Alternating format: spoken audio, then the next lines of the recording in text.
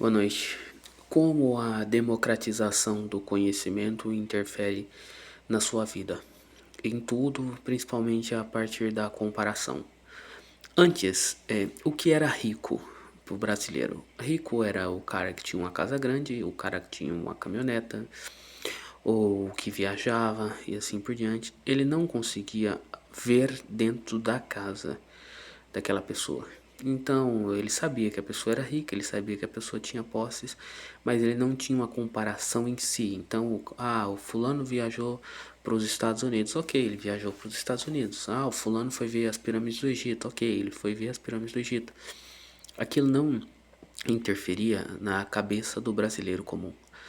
Então, cada um vivia no seu bairro, na sua cidade, ou viajava de um estado para o outro para visitar parentes, algumas vezes ao ano e assim por diante. Reunia-se as famílias no Natal e você sabia que o seu tio mudou de carro ou mudou de casa e assim por diante. Essas eram as atualizações da vida brasileira. O que mudou tudo isso foi o Instagram.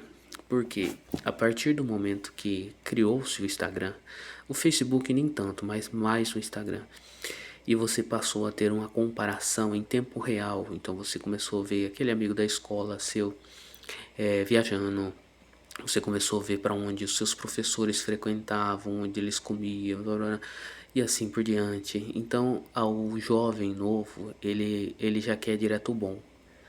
Ele não quer o meio termo, ele não quer construir, ele já quer pronto.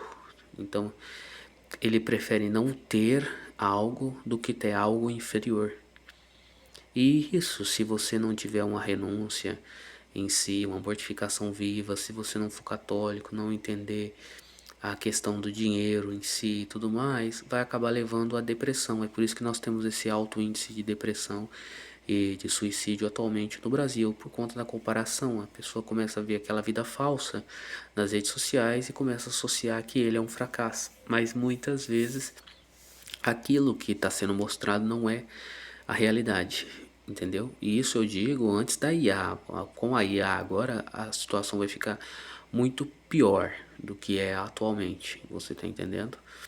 Às vezes você para pensar, 10 anos atrás, a evolução tecnológica que nós tivemos. O telefone nós tínhamos, era luxo você ter um telefone. Depois a tecnologia foi entrando, o mercado brasileiro foi abrindo em si, e aí deixou de ser luxo ter telefone. Luxo passou a ter marcas específicas de telefone por conta da comparação, por conta do status quo e assim por diante. Então eu vejo, ao meu ver, que com o passar dos anos, a situação econômica do Brasil piorou muito por conta da falta de esperança do povo brasileiro. Então, quando você não sabe o que é bom, você não sente falta. A partir do momento que você começa a descobrir o que é bom, você começa a sentir falta. Então, o brasileiro começou a perceber que só o Brasil tinha essas fiações horrorosas no poste, que fora do país não era assim. O Brasil começou a perceber que o custo de vida no Brasil é uma escravização, é altíssimo e fora do país não é assim. Então isso fez com que muitas pessoas desistissem e estão desistindo do Brasil, mas elas estão dando um tiro no pé, porque o Brasil é como aquele livro de Santo Agostinho, que eu gosto de citar ele muito, Cidade de Deus, Cidade dos Homens. Existem dois tipos de cidade nesse país, existe a cidade de Deus e existe a cidade dos homens.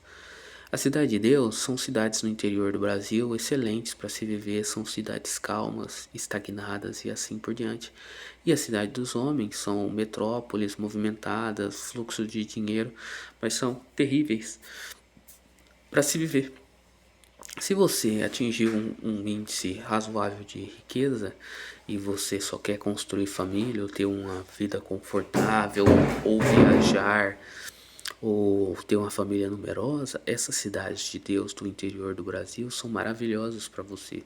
Sua qualidade de vida vai ser até superior a muitas cidades da Europa. Mas o povo brasileiro não tem esse conhecimento. E também muitas pessoas que vão para fora do país para tentar uma melhora de vida, porque eles sabem que no Brasil eles nunca terão oportunidade. O Brasil é um país pós-medieval, é aquela famosa frase: você sabe com quem você está falando. Então, O Brasil é muito burocrático, você sempre vai ter que ter quem indica, sempre vai ter um padrinho ou um conhecido. Se você tem um conhecido ou um parente, por mais que você não fale com ele há 10 anos, só o fato de você ser conhecido, parente de um conhecido da pessoa, você já vai conseguir emprego com maior facilidade. É praticamente a Índia com as questões das castas, só que no Brasil não existe castas, existe famílias. Ah, fulano é parente de ciclano, que é primo de ciclano, que é parente de Beltrano. Então você tem oportunidade, caso contrário, as portas estarão fechadas para você. Eu vejo muitas vezes pessoas extremamente capacitadas, extremamente inteligentes, mas elas não têm a oportunidade porque elas estão no meio errado. E aí, o que eu vos digo é aquela famosa frase que movimento é vida. Então, se você não é bem-vindo em um lugar, faça como Jesus disse. Na saída, tire as sandálias e bata ela na saída e mude. Você tem que mudar, você não tem que ser apegado emocionalmente a uma cidade, a um local, a amigos, porque no momento de dificuldade financeira ou de crise, todas essas pessoas somem da sua vida. Eu recomecei minha vida, estou recomeçando ela em outro estado. Eu nasci nesse estado que eu estou atualmente. Eu fui embora com 3 anos, vivi minha vida inteira fora e voltei agora. Estou recomeçando a minha vida do zero. Porque eu penso que às vezes a melhor escolha para um homem é você ter paz. Todo homem quer ter paz. Eu também gostaria de construir família, mas com a situação econômica do Brasil e com a situação também das mulheres brasileiras atualmente, é muito difícil você encontrar uma católica que se adeque ao cargo, porque não são todas as católicas que querem seguir o catolicismo como ele deve ser seguido.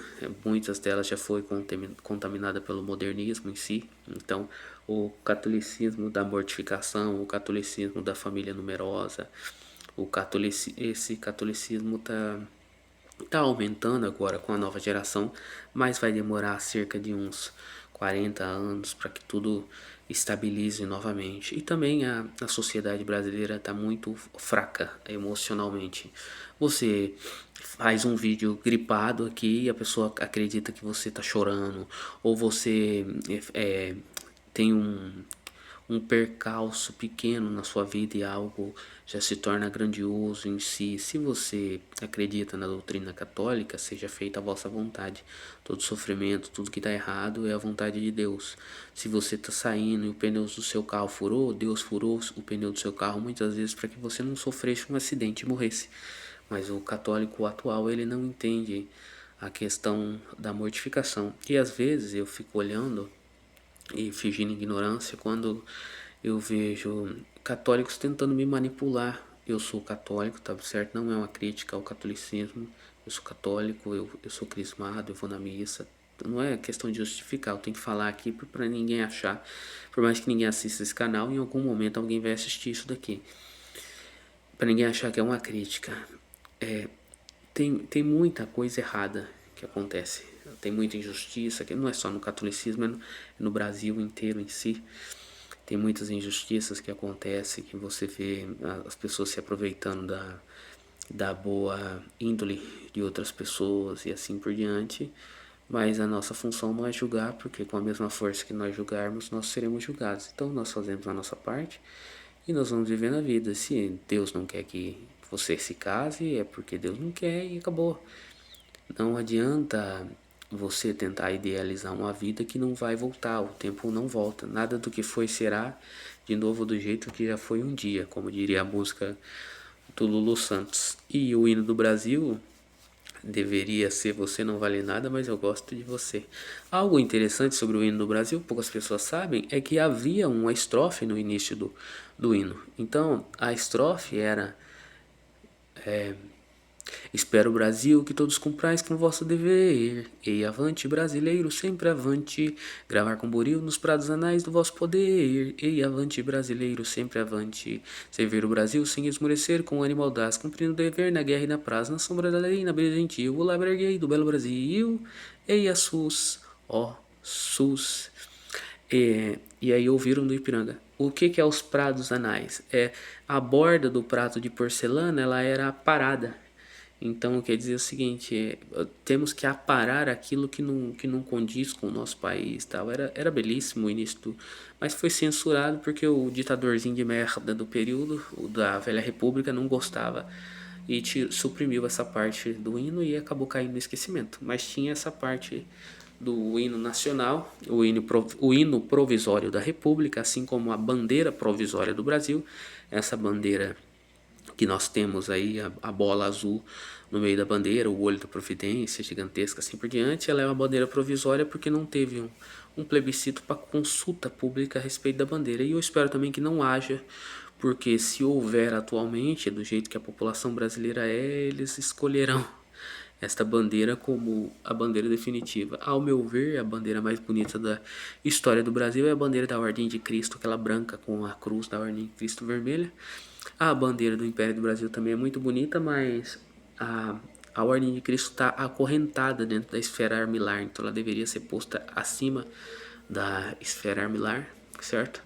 Mas se o Império retornasse, provavelmente teríamos a flor de lis em cima da, da do como que chama, da esfera armilar, e a flor de lis representa o cristianismo e tal, então isso se resolveria por conta da casa reinante brasileira e o escudo da casa reinante. Mas eu nem sei porque eu comecei a falar desse assunto, é porque eu tenho que estar alimentando esse canal constantemente, porque para o algoritmo entregar, eu tenho que ter uma constância de vídeos. Então eu fico falando de assuntos variados e vou postando vídeos aqui.